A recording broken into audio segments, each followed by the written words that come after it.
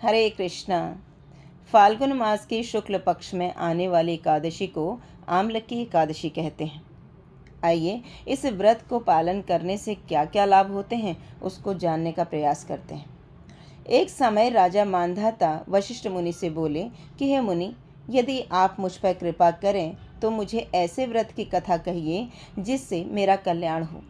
तब महर्षि वशिष्ठ जी ने कहा, हे राजन, सब व्रतों में उत्तम और अंत में मोक्ष देने वाले आम्लकी एकादशी का वर्णन सुनो। यह आम्लकी एकादशी फाल्गुन मास के शुक्ल पक्ष में आती है। आम्लकी यानी कि आंवला। इस व्रत के करने से सारे पाप नष्ट हो जाते हैं।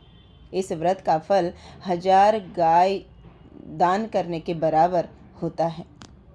आपको एक पौराणिक कथा सुनाता हूँ, आप उसे ध्यानपूर्वक सुनिए। वैदिश नाम का एक नगर था जिसमें ब्राह्मण, क्षत्रिय, वैश्य, शूद्र आनंद से एक साथ रहते थे।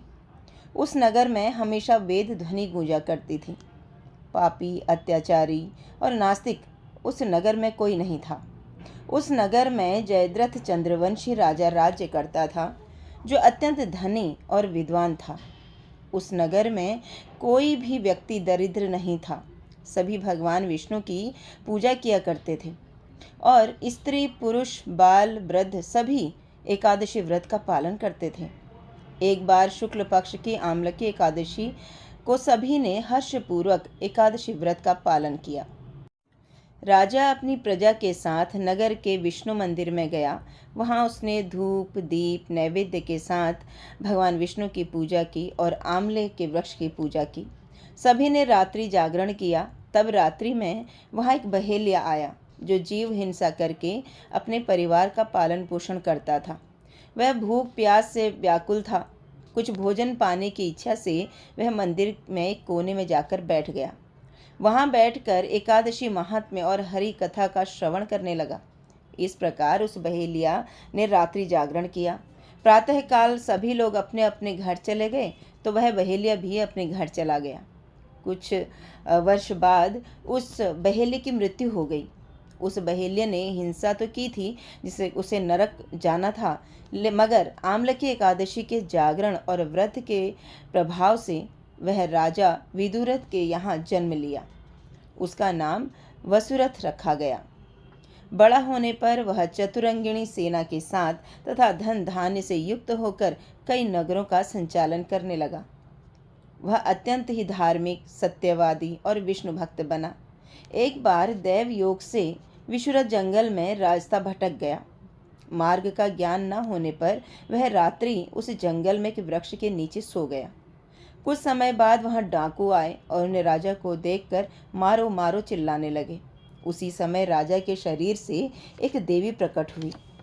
वह सुंदर वस्त्र और आभूषणों से सुसज्जित थी।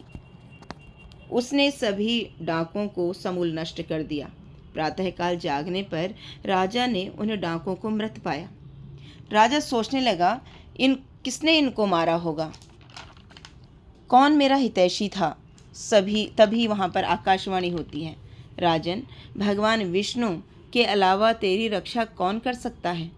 यह सुनकर राजा ने भगवान विष्णु का स्मरण किया, उनको प्रणाम किया और अपने नगर को लौट आया और सुखपूर्वक राज्य किया। अंत में वैकुंठ को प्राप्त किया।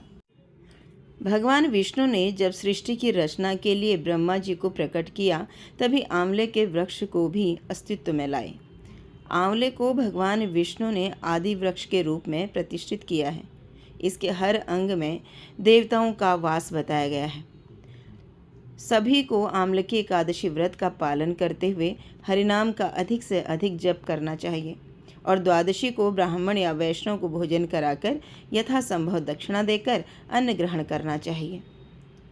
तो जो आम्लकी एकादशी है, इससे हम कठोर से कठोर पापों से मुक्ति प्राप्त करते हैं।